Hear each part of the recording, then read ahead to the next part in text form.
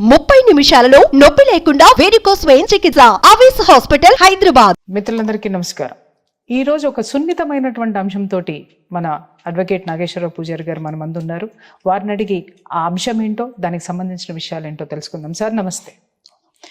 Sir, divorce తీసుకోవాలంటే ఆడవాళ్ళకి చట్టాలు అనుకూలంగా ఉన్నాయి, మగవాళ్ళకి అనుకూలంగా లేవు అనేటటువంటి ఒక బలమైనటువంటి భావన మగవాళ్ళల్లో ఉంది. అలా ఉన్నటువంటి వాళ్ళు చాలామంది ఆ లైఫ్ అత్తకని బతుకులు ఉన్నటువంటి లైఫ్ని జీవితాంతం అలాగే లీడ్ చేస్తూ నిరాశ నిస్పృహల్లోకి వెళ్ళిపోయి ఆర్థికంగా నష్టపోతున్నారు, మానసిక పరమైనటువంటి స్థితికి లోనవుతున్నారు, గురి అవుతున్నారు, దీనహీన స్థితిలకు కూడా గురయ్యి ఏమీ కాకుండా కొంతమంది ఆత్మహత్యలు చేసుకున్న కేసులు కూడా మనం చాలాసార్లు డిస్కస్ చేసాం. ఎందుకు ఇలా ఈ మగవాళ్ళల్లో ఈ ఇన్ఫీరియారిటీనా అనాలా, దాన్ని లేకపోతే భయం అనాలా, అవగాహన లేక డివోర్స్ తీసుకోవడానికి బయటికి రాలేకపోవడానికి కారణాలు చెప్పండి. ఇప్పుడు ఈ విషయాన్ని చాలా సందర్భాలలో చాలా స్పష్టంగా చాలా మందికి చెప్పడం జరిగింది. ఫస్ట్ అందరు అర్థం చేసుకునే విషయం ఏంటి అంటే, ఇప్పుడు ఎవరైతే ఈ మగపిల్లలు కావచ్చు, వాళ్ళ తల్లిదండ్రులు కావచ్చు, ఎప్పుడు వచ్చినా కూడా సార్ సమాజంలో కానీ, లేకపోతే ఒక పెద్ద మనుషుల దగ్గరికి వెళ్ళినప్పుడు కానీ, లేకపోతే ఒక పోలీస్ స్టేషన్కి వెళ్ళినప్పుడు కానీ, లేకపోతే ఎక్కడైనా పంచాయతీ జరిగినప్పుడు కానీ, లేకపోతే స్వయంగా భార్యనే పట్టుకొని చట్టాలన్నీ ఆడవాళ్ళకు అనుకూలంగా ఉన్నాయి, మీరు ఏం పీకలేరు, లేకపోతే మీరు ఏం చేయలేరు, మేము చెప్పినట్టే వినాలా, లేకపోతే మేము ఓకే అంటేనే డైవర్స్ వస్తాయి, ఇట్లాంటి డైలాగ్స్ అన్ని అందరూ కొడుతుంటారు సమాజంలో, చదువుకున్న వ్యక్తులతో సహా. ఇది జరుగుతుంది. ఎవరైతే చదువుకున్న వ్యక్తులు మనం ఏం చెప్తామంటే, పోలీస్ వ్యవస్థలు అట్నే చెప్తారు. పోలీస్ స్టేషన్కి వెళ్తే కూడా పోలీసులు అమ్మాయితో ఎందుకు పెట్టుకుంటావు, లేకపోతే చట్టాలన్నీ వాళ్ళకే అనుకూలంగా ఉన్నాయి, వాళ్ళు చెప్పినట్టు వినాలను పెద్ద మనుషులు కూడా అంతా చెప్తారు, సమాజంలో ఉన్న వాళ్ళంతా అట్నే చెప్తున్నారు.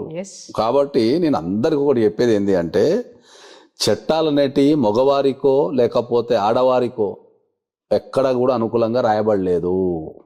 చాలా స్పష్టంగా చెప్తున్నాను. ఓకే, కానీ వందల మందికి, కొన్ని లక్షల మందికి నేను ఈ వీడియో ద్వారా చెప్పదలుచుకుంది ఏంటంటే, చట్టాలు అనేటి ఆడవాళ్ళకి, ఆడవాళ్ళ కోసం ప్రత్యేకంగా ఏం రాయబడలే.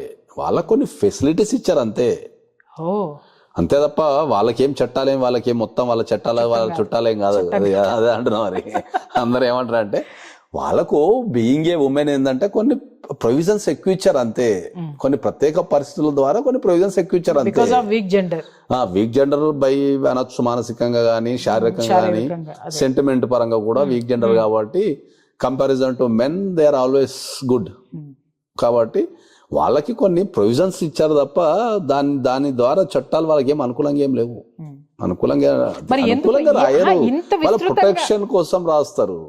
కాదు సార్, ఇంత విస్తృతంగా ఇది ఎందుకు పాతుకుపోయింది, వేళ్ళూనుకుపోయింది? ఇంత విస్తృతంగా, అవును, ఇంత విస్తృతంగా ఎందుకు పాతుకుపోయింది అంటే, వీళ్ళకి ఆ చట్టాల మీద అవగాహన లేక, ఇద్దరికి అవగాహన లేక, అసలు అందరికీ అవగాహన లేక, పోలీసు వ్యవస్థకు అవగాహన లేక, లేకపోతే వీళ్ళకి పెద్ద మనుషులకు అవగాహన లేక, వాళ్ళ కోణాన్ని చూసి అంటారు.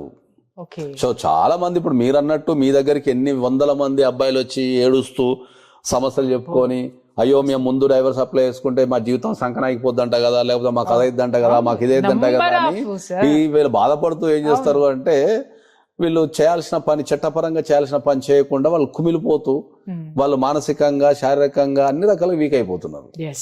ఓకే, ఫస్ట్ ఏంటంటే, అదే నేను ఇచ్చే సలహా ఏంటంటే, ఫస్ట్ మీకు అందరికి నేను చెప్పదలుచుకున్నది ఏంటి అంటే, నన్ను అందరూ ఫస్ట్ అది ఎక్స్పర్ట్ సంగతి దేవుడు తిడుతుంటారు నన్ను. ఫస్ట్ అందరు తిడుతుంటారు నన్ను, ఎందుకంటే నీ దగ్గరికి వెళ్తే నువ్వు డైవర్స్ అప్లై చేసుకోమని చెప్తావంట కదా, నీ సలహానే డైవర్స్ అంట కదా, నువ్వు డైవర్స్ ఇప్పిస్తావంట కదా, నువ్వు ఇద్దరు వ్యక్తులు కలిసి ఉంటే నువ్వు చూడలేవంట కదా అని ఇట్లా రకరకాల కారణాలు చెప్తుంటారు.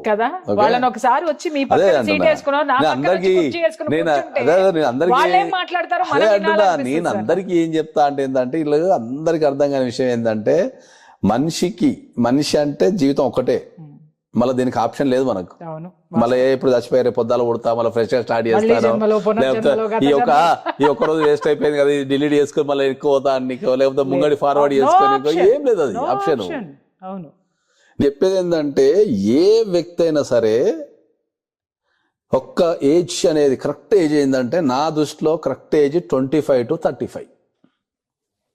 ఈ 25 to 35 అనేది ఒక మనిషి జీవితంలో అది ఆ 10 సంవత్సరాలు దశాబ్ద కాలమే ఆ జీవితం. 10 సంవత్సరాలే మనిషి జీవితాన్ని డిసైడ్ చేస్తాయి. Yes. వాడు ఎదగాలనా, ఓడిపోవాలనా, గెలవాలనా, పోరాడాలనా అనేది ఇక్కడ పునాది పడుతుంది కదా. ఈ పునాది మన జీవితాన్ని ఒక సీఎం స్థాయికో, ఒక పిఎం స్థాయికో, ఒక మంచి హస్బెండ్ కిందనో, ఒక మంచి ఫాదర్ కిందనో, సొసైటీలో ఒక మంచి వ్యక్తి కిందనో, Business person గా. ఏదో ఒక కింద ఈ 10 సంవత్సరాలు నిరూపిస్తబడుతుంది. సో ఏదైతే నీ జీవితంలో అది సెక్సువల్ పరంగా కావచ్చు, లేకపోతే మానసికంగా పరంగా కావచ్చు, లేకపోతే కుటుంబ పరంగా కావచ్చు, that is the age 25 to 35. Beautiful age sir. ఆ ఏజ్లో వీళ్ళు సరైన డిసిషన్ తీసుకోకుండా ఏంటంటే ఆ ఏజ్ అంతా పోగొట్టుకుంటుంటారు, పెళ్లి చేసుకుంటారు. ఏదో ఒక కారణం చేత ఏదో ఒక కారణం చేత వాళ్ళిద్దరు కలిసి జీవించలేని పరిస్థితి ఉంటుంది. వీళ్ళు ధైర్యం చేసి డైవర్స్ అప్లై చేయరు. ధైర్యం చేశారే డైవర్స్ అప్లై చేసుకో, మేము ఉన్నాం కదా అంటేనేమో, లేదు సార్ ఆడవాళ్ళే ముందు డైవర్స్ అప్లై చేస్తే వాళ్ళకే వస్తాయి, వాళ్ళు ఒప్పుకుంటూనే వస్తాయంట కదా, లేకపోతే వాళ్ళే అప్లై చేయాలంట కదా, నేను ముందు అప్లై చేస్తే నా జీవితం సంక్రాంతికి పోతుంది అంటదా అని చెప్పి వీని ఏజ్ అంతా వేస్ట్ చేసుకోవచ్చు. అదే ఏడుస్తారు సార్ మన దగ్గర. లాస్ట్ కు అంతా అయిపోయి వీని ఏజ్ అయిపోయి అన్నీ అయిపోయిన తర్వాత ఎప్పుడో వానికి 30 సంవత్సరాలకు 40 సంవత్సరాలకు డైవర్స్ ఇప్పిస్తే ఏం చేసుకుంటాడు? నేను కొన్ని లక్షల మంది జీవితాలను చూసినా కాబట్టి నాకు ఏమనిపిస్తుంది అంటే వీళ్ళు ఏజ్ ఇంపార్టెంట్ కదా, పైసలు ఇవ్వాల పోతే రేపు వస్తాయి, ఎల్లుండి వస్తాయి, సంపాదించుకుంటావు. నువ్వు ఏ ఏజ్లో చేయాల్సిన పని ఆ ఏజ్లో చేయకుండా ఈ రకరకాల గొడవలతోని రోజు గొడవలు పెట్టుకొని తాగటము, లేకపోతే కెరీర్ నాశనం చేసుకోవడము, మానసికంగా ఒక రకమైన వ్యక్తిగా తయారు కావడం, అన్నీ ఒక కుటుంబాన్ని మొత్తం ఎందుకు ఇబ్బంది పెడతారు? ఏజ్ పోతే రాదు. నువ్వు 100 కోట్లు సంపాదించినా కూడా ఆ ఏజ్ పోతే రాదు.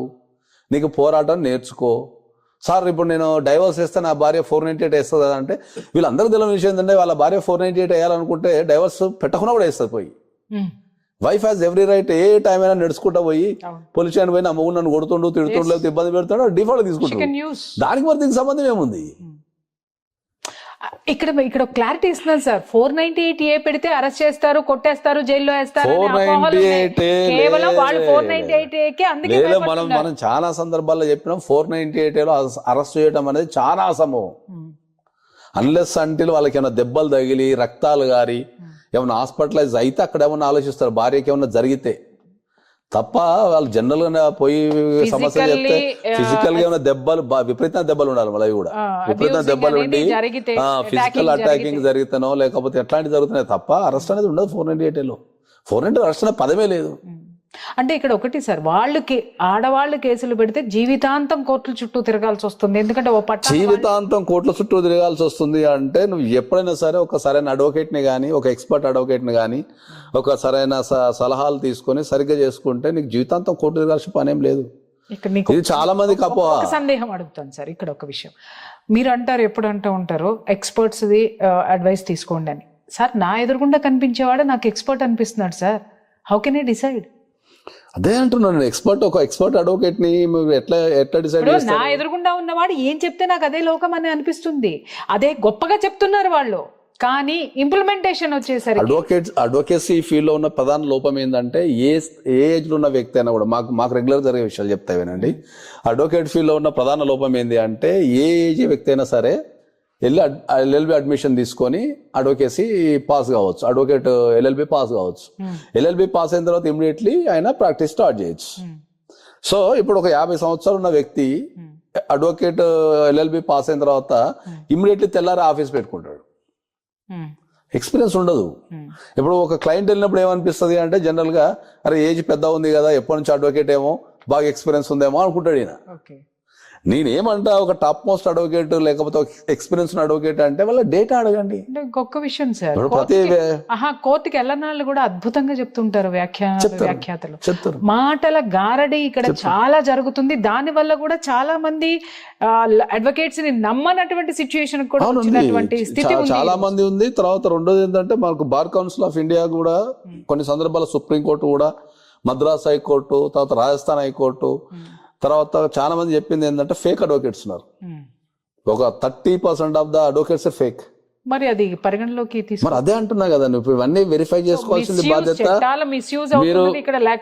అదే అంటున్నా, ఫేక్ అడ్వకేట్, ఇన్ఎక్స్పీరియన్స్ అడ్వకేట్స్ వల్ల మీకు చాలా ఇబ్బంది ఎదురవుతుంది. అది ఎవరు చెక్ చేసుకోవాలా? ఇప్పుడు ఒక అడ్వకేట్ దగ్గరకు వచ్చినప్పుడు మీరు ఎప్పుడు పాస్ అయ్యారు చెప్పండి అని సర్టిఫికెట్ అడగగలిగే ధైర్యం ఎంతమందికి ఉంది? అడగండి, ఎల్ఎల్బి ఎన్రోల్మెంట్ అడగండి, వాళ్ళ పాత ఆర్డర్ కాపీలు అడగచ్చు, మీరు మార్కెట్లో ఎంక్వైరీ చేసుకోవాలా, వాళ్ళు లేకపోతే వాళ్ళకు కోడ్ ఉంటుంది, ఆ కోడ్ కొడితే ఎన్ని కేసులు వాదిస్తున్నారు, ఎన్ని కేసులు, దాన్ని బట్టి ఎక్స్పీరియన్స్ వచ్చేస్తుంది కదా.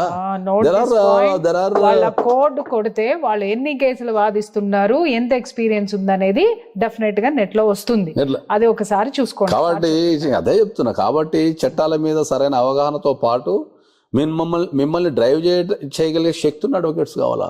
ఎంత నాలెడ్జ్ ఉంటే మీకు కేసు అంత ఈజీ అయిపోతుంటుంది. కొన్ని సందర్భాలలో ఏంటంటే ఒక సంవత్సరం జరగాల్సిన కేసుని మనం 10 రోజులు కూడా క్లోజ్ చేసేస్తాం. నేను చాలా మీ దగ్గర 10 days లో క్లోజ్ చేస్తాం. ఎక్స్పీరియన్స్డ్ పర్సన్స్ దగ్గర నేను చూసాను సార్, రియల్లీ అది. కాబట్టి ఏంటంటే ఎప్పుడు కూడా చట్టాలు ఒక వ్యక్తికి అనుకూలంగానో ఒక వ్యవస్థకు అనుకూలంగానో ఉండవు. వాళ్ళకు కొన్ని ప్రొవిజన్స్ ఇవ్వబడతాయి. ఆ ప్రొవిజన్స్ వాళ్ళని బూస్టప్ చేయడానికో లేకపోతే వాళ్ళని రక్షించడానికో ప్రొటెక్షన్ ఇవ్వడానికో చేస్తారు. ఇప్పుడు 498 అనేది ఉంది. 498 అనేది ఆడవాళ్ళకు అనుకూలంగానో ఆడవాళ్ళని సతాయించమనో పెట్టలే చట్టం. పెళ్లి చేసుకొని ఒక ఇంటికి పోతే అక్కడేమన్నా తెలిసి తెలుగు ఇబ్బంది ఎదురైతే ఆమెను కాపాడటానికి రమ్మన్నారు అంతే. దాన్ని మనోళ్ళు ఏం చేస్తున్నారు, మాట్లాడదా పోయి పోలీస్ స్టేషన్లో కూర్చొని కేసు పెడతా అంటారు. నంబర్ ఆఫ్ టైమ్స్ కేసెస్ అనట్లే, టైమ్స్ పెట్టేటోళ్ళు ఉన్నారు, కేసులు పెట్టేటోళ్ళు ఉన్నారు. కాబట్టి సో ఇప్పుడు మీరు వాళ్ళకి ఇచ్చే భరోసా ఏంటి, మగవారికి ఇచ్చే భరోసా చెప్పండి. నేను మగవారికైనా సరే ఆడవారికైనా సరే ఒక 2 వ్యక్తులు కలిసి ఉండలేని పరిస్థితి ఉంటే ఫస్ట్ మీరు కూర్చొని డిసైడ్ చేసుకోండి. తర్వాత డైవర్స్ వేసుకొని మంచిగా హాయిగా ఇంకో అమ్మాయిని చూసుకోవటమో ఒంటరిగా ఉండటమో కెరీర్లా చేసుకోండి తప్ప ఒకటే ఇంటి కింద ఉండి రోజు గొడవలు పెట్టుకుంటా బాడీ అంతా నెగిటివ్ పాకి ఆ నెగిటివ్తోనే అందరిని చూసి ఆ టెన్షన్లో మనం చక్కగా పని చేయక వీళ్ళందరికీ అర్థం కాని విషయం ఏంటంటే మనం రోజంతా ఎవరైనా ఆడోళ్ళైనా సరే మొగోళ్ళైనా సరే రోజంతా కష్టపడదాం. మనం ఇప్పుడున్న సిచ్యువేషన్లో ఎంత ఆడోళ్ళు మొగోళ్ళు రోజంతా కష్టపడిన తర్వాత మన ఇంటికి పోతాం. ఇంటికి ఎందుకు పోతాం, రీఛార్జ్ చేయడానికి పోతాం. ఓ తోడు ఓ నీడ పంచుకొని ఆనందాలు అనుభూతులు రకరకాలు పంచుకోవడానికి ఇంటికి పోతాం. ఈ రోజంతా కష్టాలు పడి మళ్ళీ ఆడిపోతే ఆడ కూడా కష్టాలే ఉంటాయి. ఇక మంచి వాడు ఎక్కడి నుంచి బాగుపడతాడు అడిగా. అంటే ఇక్కడ ఒక విషయం సార్, వివాహ బంధానికి ఏ విధమైనటువంటి విలువలు లేవంటారా? వివాహ బంధానికి విలువల కంటే ఏంటంటే ఇంతకుముందు మనకు మానవ సంబంధాలని ఆర్థిక సంబంధాలు అన్నట్టు అట్లా తయారైపోయింది జీవితం. ఆయన నిజంగా తెలిసి అన్నాడో తెలియకన్నాడో కానీ ఇప్పుడు దీని అయితే ఇల్లు మన వాళ్ళందరూ చేసేసిండు. ఏదైనా నీకేంది నాకేంది నీకెంత ఒక మనిషి కోసం బతకాలా, ఒక మనిషి యొక్క నమ్మకాన్ని గెలవాలా, ఒక మనిషికి మనం భరోసా ఇవ్వాలా, ఒక మనిషిని కాపాడుకోవాలా, ఒక మనిషి కోసం మనం త్యాగం చేయాలా అనే విషయాన్ని వీళ్ళందరూ మర్చిపోయి ఏమైనా లెక్కలు నీకెంత నాకెంత అని అడుగుతున్నారు అంతే. సో ఇప్పుడు మీరు మగవాళ్ళకి ఇచ్చే భరోసా చెప్పండి. నేను మగవాళ్ళకి ఇచ్చే డైరెక్ట్ చెప్పేది ఏంటంటే చట్టాలు ఎప్పుడు కూడా ఆడవాళ్ళకి అనుకూలంగా లేవు. వాళ్ళకు కొన్ని provisions, extra provisions comparison to men వాళ్ళకు కొన్ని ఎక్స్ట్రా ప్రొవిజన్స్ ఇచ్చారు. ఆ ఎక్స్ట్రా ప్రొవిజన్స్ అంటే ఏముంటది అంటే మన ఇంట్లో మనం ఎప్పుడన్నా మగపిల్లలు ఒంటరిగా పోతుంటే పంపించేస్తాం.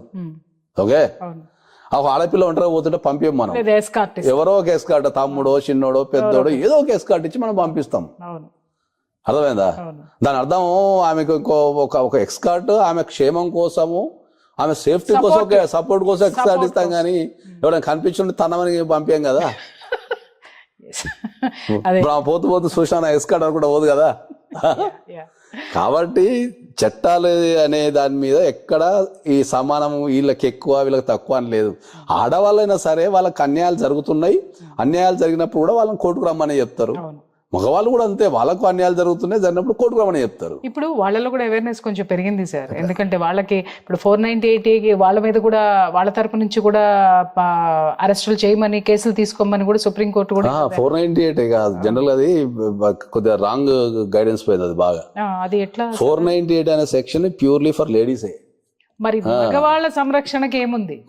మగవాళ్ళ సంరక్షణకి జనరల్ గా వాళ్ళకి ఏమైనా ఇబ్బంది కలిగితే కోర్టుకి వెళ్ళి కేసు వేసుకోవచ్చు. జనరల్ ఐపీసీ ప్రొవిజన్స్ అన్ని వేసుకోవచ్చు. 420 కావచ్చు, 384 ప్రాపర్టీ ఎక్స్టార్షన్ చేస్తుంటే గనక మనం 384 వేసుకోవచ్చు, 420 వేసుకోవచ్చు. ఇబ్బందులు పెడితే రకరకాల సెక్షన్స్ ఉన్నాయి. 506 ఉంది, 406 ఉంది, ఇవన్నీ వర్తిస్తాయి. కాకపోతే ఏంటంటే ఇప్పుడు మనం జనరల్ చెప్పేది ఏంటంటే ఇవి జనరల్ పొజిషన్లు తీసుకోరు. ఎప్పుడు ఆడవాళ్ళ మీద కంప్లైంట్స్ తీసుకోరు. దానికి ఒక ప్రొవిజన్ ఉంది, దానికి ఒక సిస్టమేటిక్ ఉంది. ఒక మీరు ఎక్స్పర్ట్ కలిస్తే భార్య మీద చెప్తారు. కేసు వేయడం వల్ల చెప్తాం మనం. వాస్తవం. 498 ఎక్కడ కూడా సుప్రీంకోర్టు చెప్పలేదు. యాక్చువల్ గా ఫెయిల్ అయ్యేది 2 చోట్ల సార్. ఒకటి ఏంటంటే అది wrong guidance. చుట్టూ ఉన్న బంధువులు ఇస్తారు. వాళ్ళు ఎల్ఎల్బి కాదు, వాళ్ళు పోలీస్ అదే ఆఫీసర్లు మన కాదు, దగ్గరకు వచ్చేదే అడుగుతారు లేకపోతే కదా. చట్టం తెలిసిన మనుషులైతే కాదు. నేను అదే అంటే నేను వాళ్ళు వాళ్ళు ఎవరైతే ఇచ్చేటటువంటి ఉంటారో wrong guidance తోటి వీళ్ళు ఎందుకు లాయర్ల చుట్టూ ఇన్ని సంవత్సరాలు తిరగాల్సి వస్తుంది, కోర్టుల చుట్టూ తిరగాల్సి వస్తుందంటే వీళ్ళు ఎక్స్పర్ట్స్ ని పట్టుకోక ఒకటి. రెండోది ఏంటంటే ల్యాక్ ఆఫ్ నాలెడ్జ్. ఎవరు ఏది ఇస్తే అంటే మా బాబాయ్ చెప్పాడండి, అలా అంట కదండి, మా అన్నయ్య అన్నాడండి, ఇలా అంట కదండి, అంట కదండి ఉంటది ఇదే ఇన్ఫ్లుయెన్స్ కానీ అయిపోతారు. అంటగాగుతున్నారు ఇక్కడ. ఇప్పుడు వాని సొంత విషయాన్ని తీసుకొచ్చి మిక్స్ చేసి వీనికి చెప్తాడు. ఎగ్జాక్ట్లీ. వీడు చూసింది లేదు సచ్చింది లేదు, మళ్ళా వాదించింది లేదు, వాదించి ఉన్నాడు, చూసింది ఉన్నాడు, సచ్చింది ఉన్నాడు, పోతాడు కథం అతం అంతా అయిపోయింది అట్లా. కాబట్టి మీకేదైనా అన్యాయం జరిగితే మీరు ఒక ఎక్స్పర్ట్ అడ్వకేట్ దగ్గరికి వెళ్ళండి, వాళ్ళు చూస్తారు, సలహాలు ఇస్తారు, చేస్తారు. చట్టాలు ఆడోళ్ళకు అనుకూలంగా ఉన్నాయనేది కాదు, చట్టాలు ఆడోళ్లకు ప్రొవిజన్స్ కొద్దిగా ఎక్కువ ఇచ్చారు అంతే, ఎక్స్ట్రా ప్రొటెక్షన్. నీకు ఎంత ఉందో వాళ్ళకి కొద్దిగా పరిధి ఇచ్చారు తప్ప. మరి నిజంగా చట్టాలు ఆడవాళ్ళకు అనుకూలంగా ఉంటే ఏ మగోడు కూడా రోడ్డు మీద తిరగాడు, అందరిలో పడినే ఉండవు. అది గుడ్. చూసారు కదా ఫ్రెండ్స్, ఎంత అద్భుతమైనటువంటి విషయాలు ఇక్కడ చర్చలోకి వచ్చినాయో మీరు గమనించాల్సినటువంటి అవసరం ఉంది. వివాహం అనేటటువంటిది ఆ వైవాహిక జీవితంలో సంసారం అనేటటువంటి బండి నడపాలి అంటే భార్యాభర్తలు ఇద్దరు కూడా 2 జోడెడ్ల బండి లాంటి సంసారానికి ఇద్దరూ చెరొక పక్క కూడా సమానమైనటువంటి ఎఫర్ట్స్ పెట్టాల్సినటువంటి అవసరం ఉంటుంది. ఒకవైపు ఒరిగిపోతూ ఉంటే రెండవ కాడి మోసేటటువంటి ఎద్దుకి మీదే ప్రెషర్ పడినప్పుడు ఎద్దుని కాడి వదిలేయమంటారు, కాడి వదిలేస్తారు.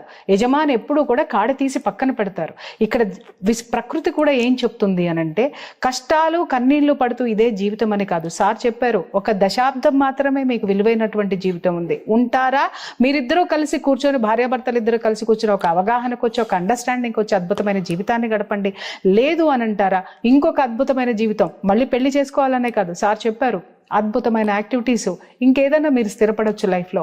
అటువంటి ఇంకొక కష్టాలు కన్నీళ్లు మానసిక పరమైనటువంటి ఇబ్బందులు లేనటువంటి జీవితాన్ని ప్రశాంతంగా గడపండి. మీరు ప్రశాంతంగా ఉండండి, సమాజాన్ని ప్రశాంతంగా ఉంచండి. సో మగవాళ్ళు ధైర్యంగా డివోర్స్ చేసుకోవచ్చు అనేటటువంటిది సార్ చెప్పారు. మీకు ఎవరికైనా ఇలాంటి ఇష్యూస్ ఏమైనా ఉన్నాయంటే స్క్రీన్ మీద కనిపిస్తున్నటువంటి నంబర్కి కాల్ చేయండి. నాగేశ్వరరావు పూజారి గారు మీకు సరైనటువంటి సలహాలు ఇస్తారు. Thank you. సుమన్ టీవీలో మీ పర్సనల్ అండ్ బిజినెస్ ప్రమోషన్స్ కోసం కింది నెంబర్కి కాంటాక్ట్ చేయండి.